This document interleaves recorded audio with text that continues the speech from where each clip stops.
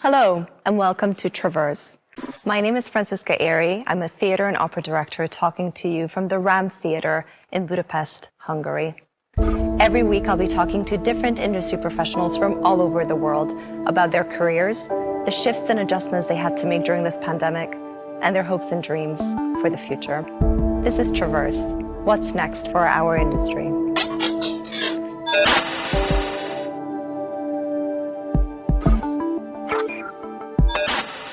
Today, I'm talking to American choreographer Mia Michaels. Mia is a choreographer for stage, TV, and film, and also a judge on the television show So You Think You Can Dance. In 2005, she choreographed Cirque du Soleil's world tour Delirium and Celine Dion's A New Day, for which she received an Emmy Award nomination. In 2007, she won a Primetime Emmy Award for Outstanding Choreography for her routine on Calling You during Season 2 of So You Think You Can Dance. She won another Emmy Award during Season 5 in 2010. Today we talk about how the pandemic has inspired her to reflect and what's in store for her and her ever-changing practice after 20 plus years in the industry. Hello, Mia. How are you? I'm wonderful. How are you? I'm good, thank you. Whereabouts are you? I am in Orlando, Florida, all the way from New York City. Oh, did you just land in Florida? Well, I came down here in June when the pandemic was going on, and I just came down to be with family, and I've just been here ever since, and kind of falling into the Florida vibe a little bit. Tell me, what's Florida like during the pandemic? Well, Florida's open. Florida's been open. So there was only in the very beginning, there was a little bit of restriction and closed down. But then after a month, it was open. So people are very, they wear masks and they're very aware. And, but businesses didn't shut down here, which was wonderful, so it feels like a bit of life here. And so it's been great. It's been great to be with family because I was always traveling all the time and I never really spent a lot of time with my sister. And so this time has blessed me with really building a beautiful relationship deeper with my sister and her husband. And so it's been really lovely. Oh, that's actually such a positive that came out of this. And what about New York? So you haven't been to New York since. Is it a bit different in New York right now? I went back to New York in October, and it was a ghost town. And it was, the feeling of New York right now feels like an empty movie set. It just feels very, and New York is a place where, you go because of the energy and because of the life and the culture and the food and it's just that fast paced, energetic life over there. And I think that's why we all live there. And then, when this happened, it just went blank and the energy was gone. And then it actually became quite dangerous for a short period of time. And now, I don't know, I haven't been back since October, but I was literally in Times Square, and it was around 10 o'clock at night on a Tuesday. And that's usually when, the theaters are, ending and people are coming from theaters, going to dinner, and there's always a ton of people. And I was one of 8 people in Times Square. It was so weird. It was like a ghost town. It was so strange. And New York is always going to be in my heart. I don't know if I'll go back, but I do know, because I lived most of my life in New York City. My adult life, I lived mostly in New York. And I just don't know. I know it's going to build back up. It'll become, something. I don't know what it will be, but it will become something. New York is so relentless. I'm sure it will. And also how bizarre to have that massive adjustment to just go to completely, as you said, to basically walk around in a ghost town. I had the exact same feeling in London. I just went back in September and I felt like, been living there for 7 years and felt, wow, this is just so different without culture. A city without culture, especially when it's built on it, and entertainment, It's just so different, isn't it? Yeah, that's how I think Los Angeles is too. It's a different place right now. I know all my friends that live there are just like, it's so weird. I think this time has been a reset in so many ways. And I think that these cities that are like, that live and breathe off culture, I think it's going to come back stronger than ever. I really do. My gut feeling, and I always live by my spider senses, and I really believe that the arts are going to be stronger and better than ever once we get out of this. Hedonism, the roaring 20s are back. Right? Yeah, definitely. I also wanted to ask you about you as a dancer in the pandemic and a choreographer, because I remember when all this hit, you know, for us directors, we had to quickly adjust to Zoom rehearsals and directing on Zoom, and that was very, very different. I can't even imagine how a choreographer works through screens, but you've actually been doing so much, and you released the quarantine series, and you've done a lot of Zoom classes. Can you talk to us a little bit about that?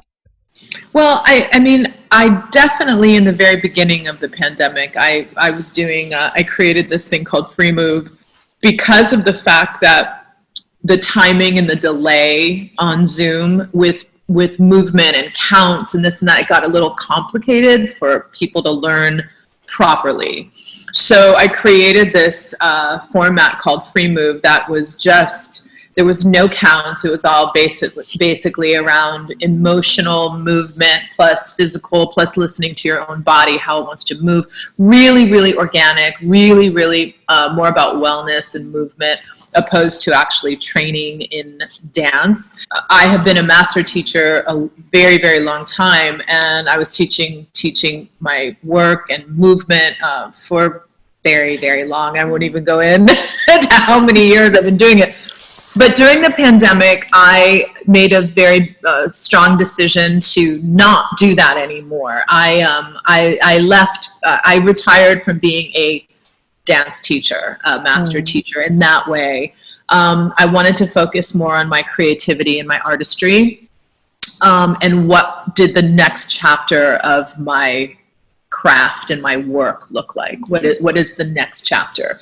And that, to me, you know, this time has given me an opportunity to take this time to really kind of dig in and try to and allow, not make it happen, but allow answers to come of what I want to do as an artist, you know, in the next phase. And so teaching, for me, I will always be a mentor. I will always be someone that is a guide and an inspiration, because I love that. I love being that voice for people as an artist, to help kind of understand how life is art and how it comes together. And when you live life, your artistry is so much stronger and more powerful. Yeah. So, you know, a lot of people think we just have to focus on the art, and that's not true. It's really about focus on your life and take all the stuff of your life and bring it into your craft. And that's what makes it unique and special, because your life is unique to you, you know?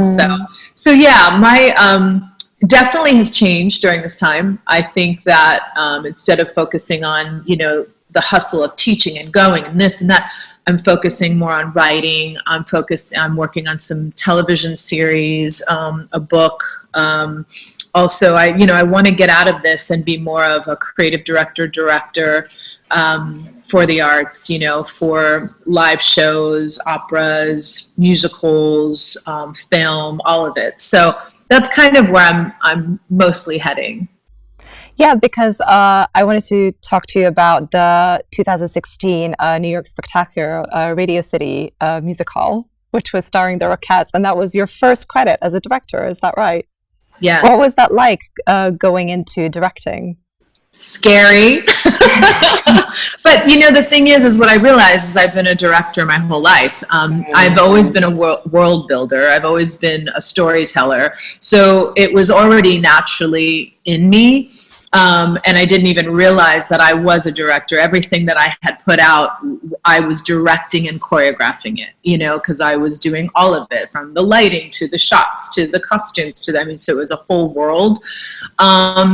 so when I got that job, it was like I was so ready for it, and I was so excited. And once I was in it, it was massive. It's kind of like standing on the edge of a mountain, and you're looking up, and you're like, oh my God, how am I going to do this? Because it was a very short time that I was given. They gave me about 3 to 4 months to get this show up on its feet, and they usually take 1 to 2 years to do. And so I was like, I got this, Miss Overachiever. I was like, yes, I can do this. And I did. And it was amazing. And when I was in it, you're just kind of autopilot, and you're living in this world of just creating and what's possible and how do we make it better. And every day was just like, it was awesome. And I loved being in charge of the whole picture. I loved it so much. And I definitely got bit by the director bug. 100%, and I can't wait to do more. Yes, come to the dark side. we love more female directors making work. That's so important. Absolutely. But you have worked with a lot of film directors, and you've done a lot of choreography. Rock of Ages, I think, is one of my guilty pleasures. I'm pretty sure I started pole dancing because of your choreography. Whack!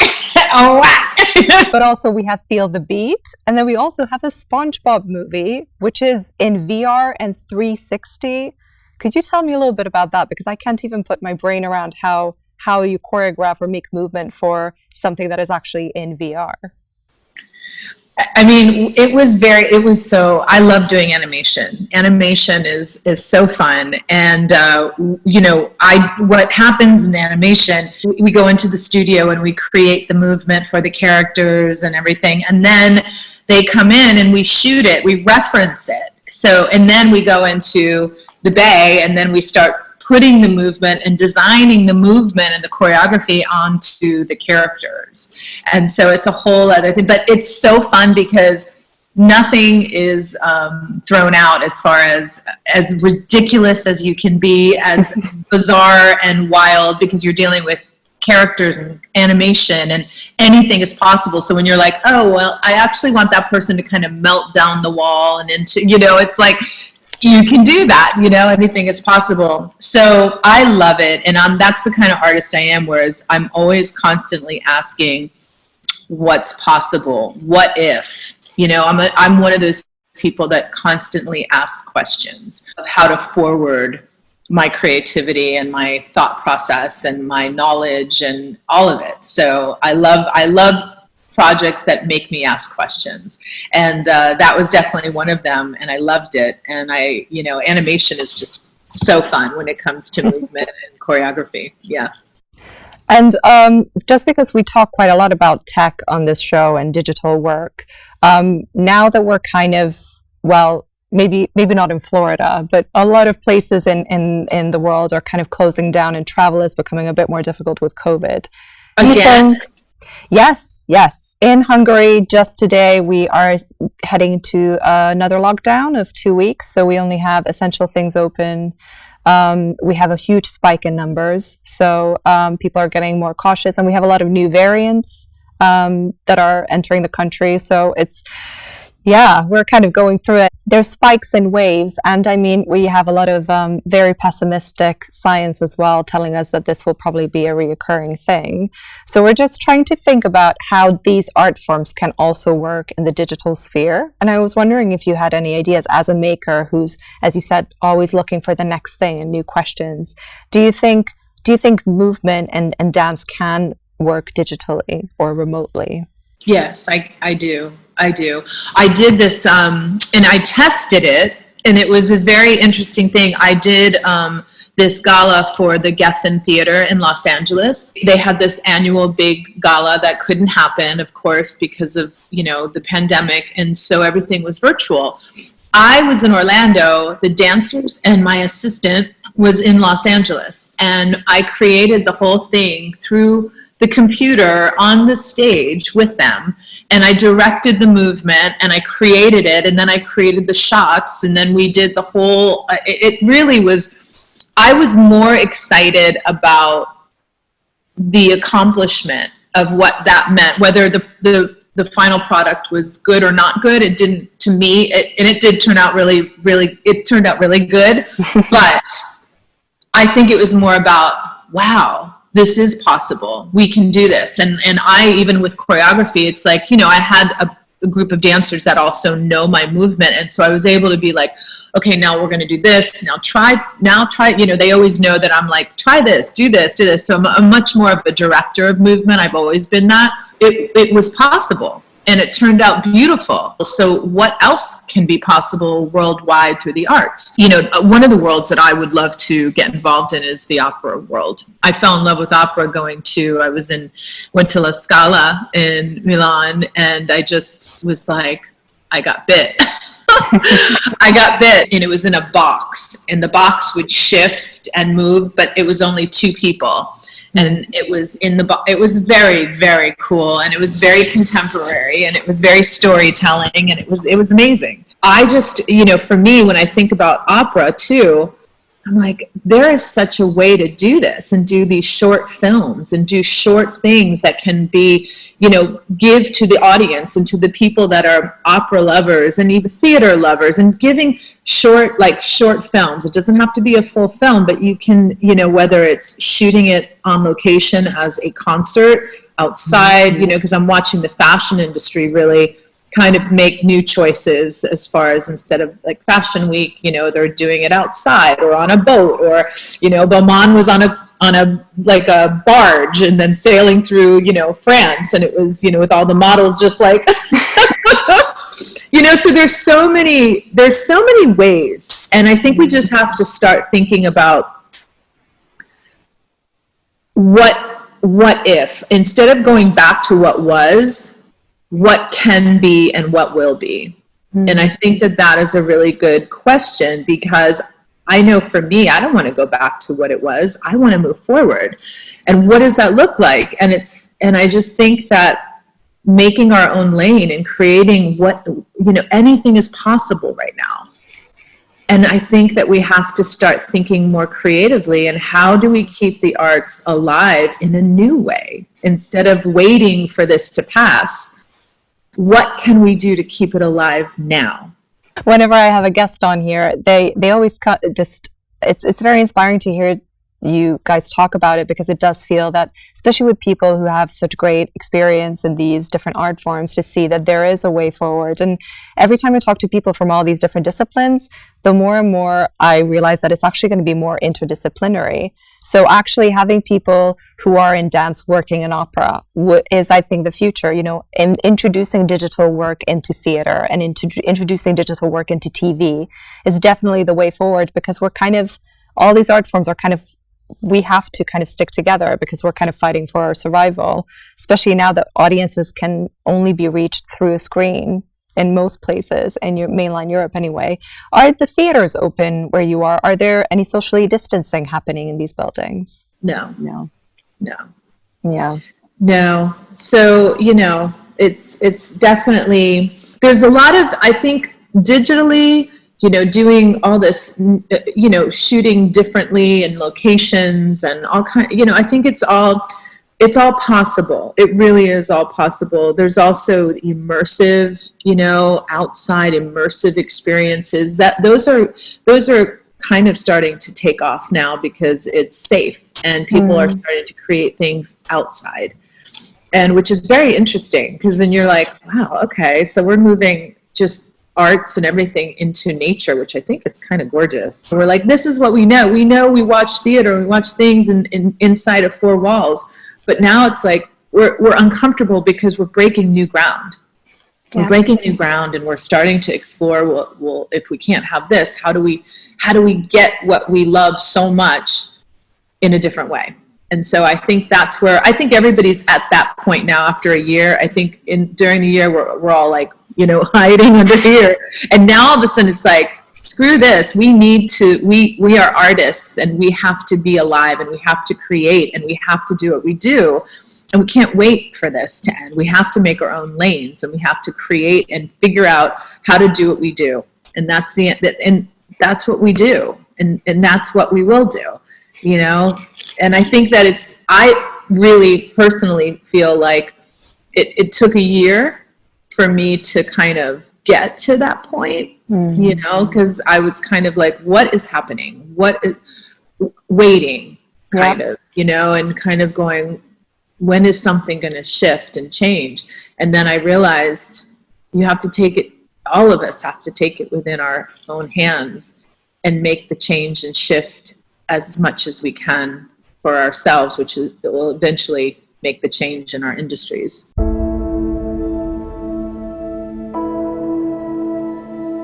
I think my 14-year-old self would be very angry with me if I didn't ask you about So You Think You Can Dance, because I used to binge watch your choreography. And obviously brought you many Emmys as well. I wanted to ask you about that show and like how you look at it now, or what did you learn from TV that you felt like you could really use in your other expertise? Well, I think, you know, before I got on the show, my goal was to be a concert dance choreographer, more company work. And that's kind of where I was heading. Before the show, I had worked with Franco Dragone for the Celine Dion show in Vegas. And that was with 60 dancers from all over the world. And they were all concert dancers. And so I was, you know, doing concert work, but on a huge commercial stage. And I remember Franco just basically, you know, this was a huge key to my shift in my creativity was, you know, he was the originator of Cirque du Soleil. And he said to me, he's like, no, the eye of the child, simplicity, the eye of the child, you know? And I took pride in like the layers and the complexity of the phrases and the variations of themes. And I mean, it was just like this very heady kind of intellectual way of creating movement. And then when I worked with him, it was like he would find these like little moments in my work, and I would put all my hard work and all these things, the complications of the movement, and he would find this one movement, and he would dissect that, and then he would multiply it. And at first I remember being so angry because I was just like, you're destroying, you know, but then when I saw his magic, I fell into it, and I married his thought process of art because I was like, wow, okay. And so my work started simplifying and getting easier to understand, and it was just more and more like stripped. And I got to the core of the movement. So then the next thing that happens is I get on the show, So You Think. And so here I am, kind of stripped down, simplicity. And one of the things that I created right after working with Franco was the bench piece. And the bench piece was my first Emmy Award. But I remember going, it was like, so simple. It was so simple. It was a flower. It was so human and so simple. And I remember when I won the Emmy, I was like, really? Why? Like, it's so simple. It was like nothing. Like, I was like, why? I don't get it. But what happened between the two worlds of Franco and then going onto the show, I realized that I was a storyteller. I didn't know I was a storyteller until I got on So You Think You Can Dance. And then I started creating these stories. And then I was like, oh my gosh. And then it just kind of became this vortex of just storytelling through movement, and very unapologetically, like very, very kind of raw and just like in your face kind of truthful work. You know, I look back at it now. I just did my 20-year anniversary reel of my work as a choreographer. Yes, congratulations. Thank you. And when I look at it, I go, wow, like it was important work then, but I look at it and I'm like, I don't want to create work like that now. I want to create differently, and I want to create from a different place. And when I think about how the work was created, it was very angsty and very harsh, and I was in a very intense place in my life, and I had, for some reason, a lot to prove, and I just felt like I was just like on this fight, and all this stuff came out. And I think it was important for all that stuff to come out. But now looking back, I'm like, that was cool, but that was then. And now I'm looking into my, the next chapter and how that would be different, Of course. I mean, it would be odd if you didn't feel that you're developing as an artist and you would make odd, things right? very differently. Yeah, absolutely. That bench piece, I think everyone remembers it, was just so, it was so simple. And I think maybe for me, the charm of it was that it didn't feel like it was on TV. I mean, nothing to say against TV, but it felt like I'm in some small theater and I'm seeing something very human and almost fragile. Do you choreograph differently for a stage like that, or is it more about creating something in the moment that feels very authentic to you? Is there a difference between directing for that and for Broadway, for example? Yeah, for sure. With TV, it can be a little bit more 360. It can be a little bit more. You can really create the intimacy, the way you want to, whereas stage work is much more, it's you're sitting back and looking at it, so you're not feeling quite inside of it. So it is different. But when I did do the show, I would always create the work, and then I would create the camera work around the work. So I did it backwards. I did it. Usually people do, they think about the camera angles and how they're going to fill that, and that's how they create. And I did it this opposite. I would choreograph the cameras after the piece was choreographed. And this is something, I'm not sure you're allowed to say this, but do you really just have a few days to actually choreograph with the dancers? That's insane. Yeah. We had, I think you had 3 days. You had 2 days of rehearsal and then 1 day on stage. And it was you had 3 hours each day. And then you had 3 hours the first day, 3 hours the second day, and then you had 90 minutes on stage. So you had to really so there was a lot of pre-prepping and production with me and my assistant so I could create the work. And then the thing is you wouldn't know who you were getting till the night before. So you kind of had to just figure out the foundation of what you were going to do that week and the kind of movement. And then once you knew the night before who you got, then you had to kind of tailor it based on the abilities, the strengths and the weaknesses of who you were given. So, gosh, it's like the Olympics of choreography. I remember I was like, what's happening?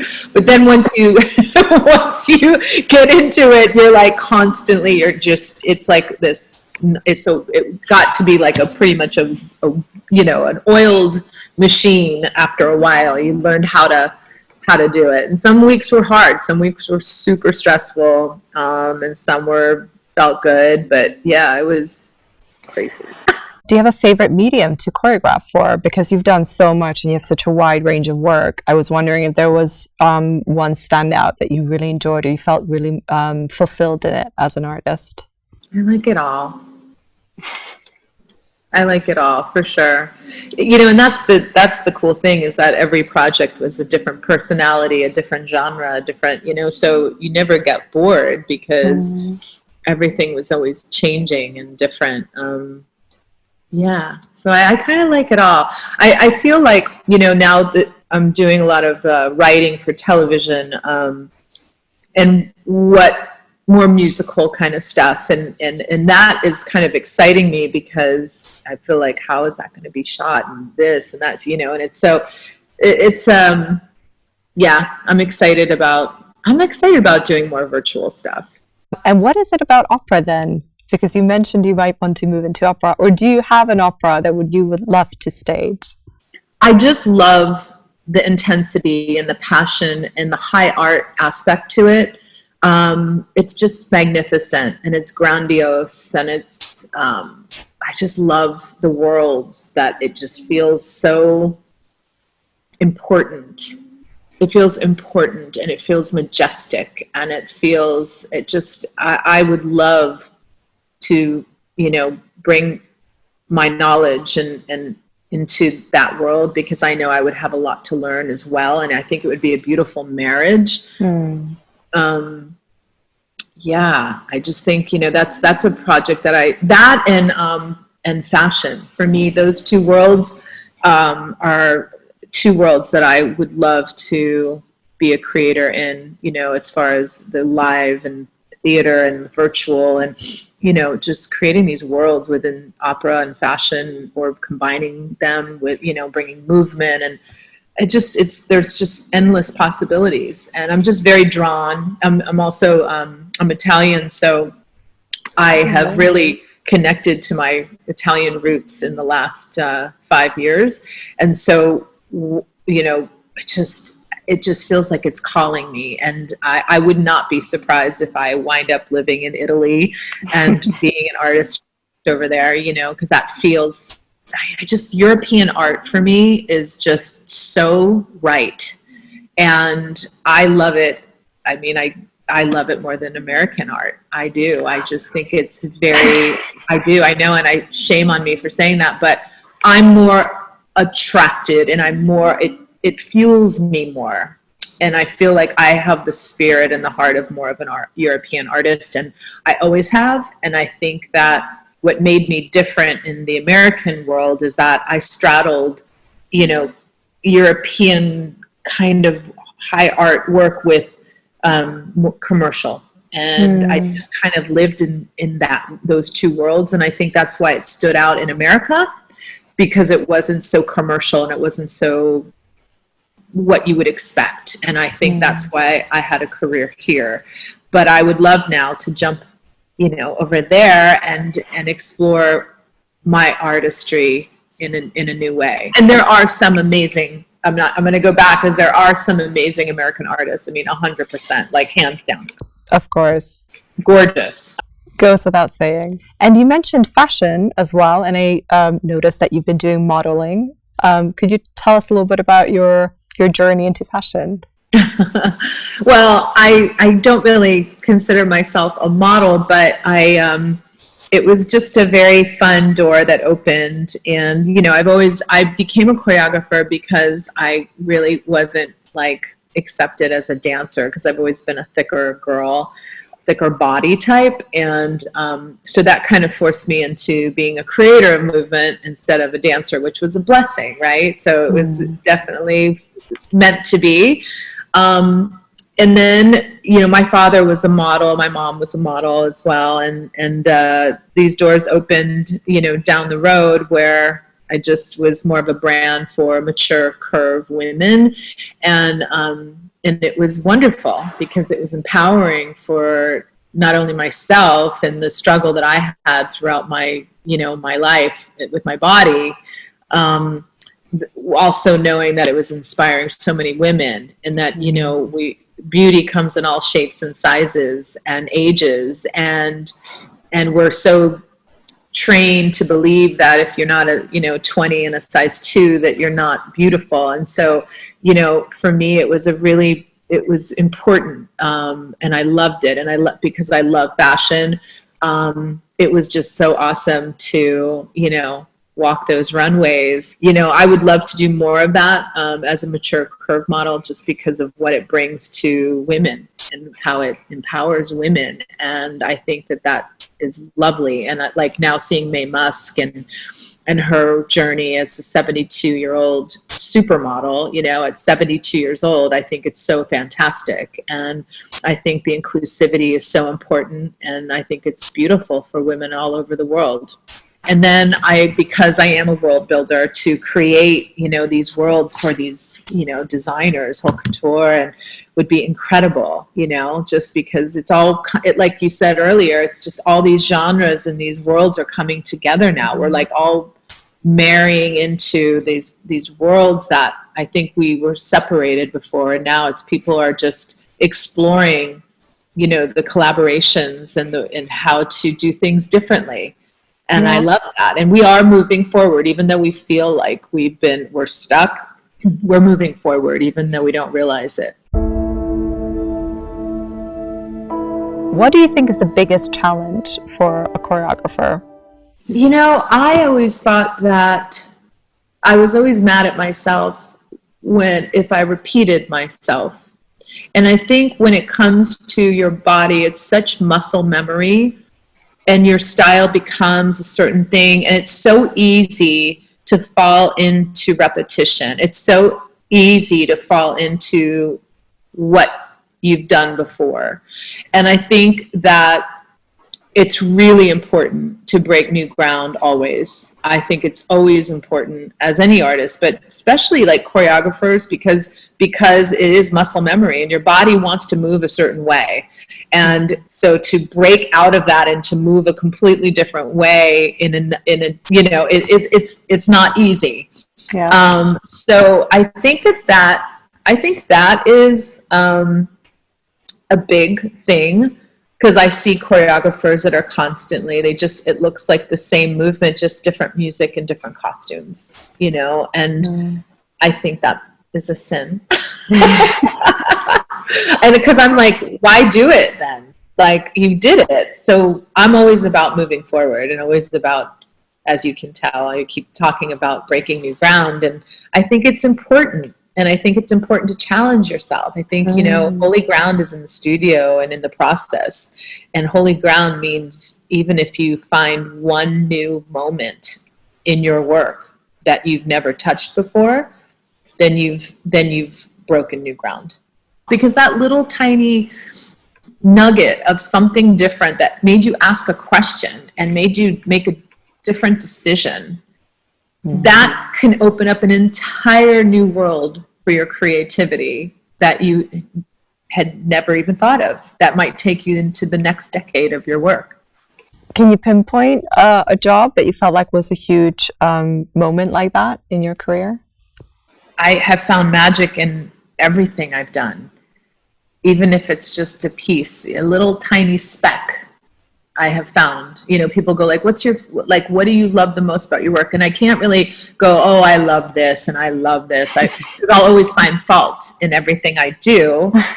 But I also will find a moment of beauty or a moment of like great work, but it's only a moment. It's not the whole thing. And then I'll be like, that moment is great. I think that is a blessing and a curse because it has kept me alive as an artist, to always go, there's so much more out there. There's so much to learn. There's so much untouched, you know? So. Yeah. And especially if you keep challenging yourself, it's probably going to make you grow more and more as an artist. If we jump another 20 years forward, how do you imagine these different, because you worked in so many different mediums, like how do you imagine the industry changing? Do you have any sort of hunch that we might be gravitating towards different things, either as audience members or as creators? In the next 20 years, gosh, I don't know where we would be at. We'll be levitating and we'll be like, you know, the one thing that I hope comes back, because there's such a charm and such a magic, is theater. And you're sitting in a theater right now. And there's something about a theater. And I really hope that, you know, when I think about the small little magical theaters in the West End and on Broadway, you know, people have been traumatized by this year. You know, we've been psychologically damaged in some weird way that I think people are afraid to go into tight, small spaces. And even future, like, I feel like, is that going to shift and change, or are we going to be able to get back into that? We can go and sit into a little theater and just witness magic and art and culture, or is that going to shift and change? You know, that's a question, and I hope we don't lose that. I hope that theaters are not a thing of the past, because that would be terrible. With your expertise in TV and film and stage, do you feel like these different industries are dealing with this pandemic differently? Do you see any differences across the board? Well, I know film and television are moving right now. They're moving. They started up again and they're moving. Theater, live events, I think that's still just like, I think that's why there's some more immersive stuff happening. But yeah, I don't know. I mean, we know that the whole bill got passed, you know, for the arts, which is great. I think it was like 1.9 billion, you know, for the arts and for events and for live performances and theater and stuff. So hopefully but still, is money gonna bring people back into the theater? That's the question. Or is that money to develop, other ways of getting them out of the theater and into different places? And so that's my only question, and I'm scared because, without theater, the theater district, New York is not New York, and the West End would be so different. And these magical places that, I remember going as a child, and I am an artist because of sitting in those tiny little theaters, and being affected so deeply. So I hope that we don't lose the charm and the magic of theatrical experiences. It's very weird to be in a dark theater. And actually, I wanted to ask you, which is something I ask of every guest, if you were here with me in this auditorium, and if anything were possible, what would you make in this space? Oh, gosh. The first thing I would do is I would bring artists in there, and I would just tell them to show me what 2020 looked and sounded and felt like. And I'd allow them to just let it out. And in that, there would be so magical. There would be so many magical moments that would probably spark an entire show. So it would be an improvised performance, essentially.